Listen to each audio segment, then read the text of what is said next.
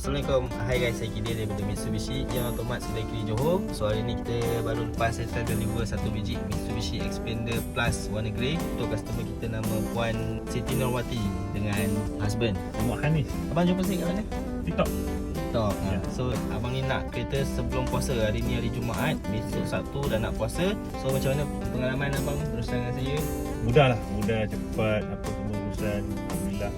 Belum puasa, dah ada dah kota kereta raya lah ni. Daripada 1 sampai 10 abang bagi saya berapa bang? So benda tu mudah. Mudah kita bagi 1 sampai 10. 10 lah. 10. Senang urusan. Thank you. Nanti masa servis nanti jangan lupa datang. Masa 1000 km ada apa-apa issue bagi tahu. Alright. Kakak thank you sebab support. Sampai jumpa saya dekat TikTok abang ke kakak? Baik. Wah abang lah. Kalau siapa nak beli kereta boleh contact dekat atas.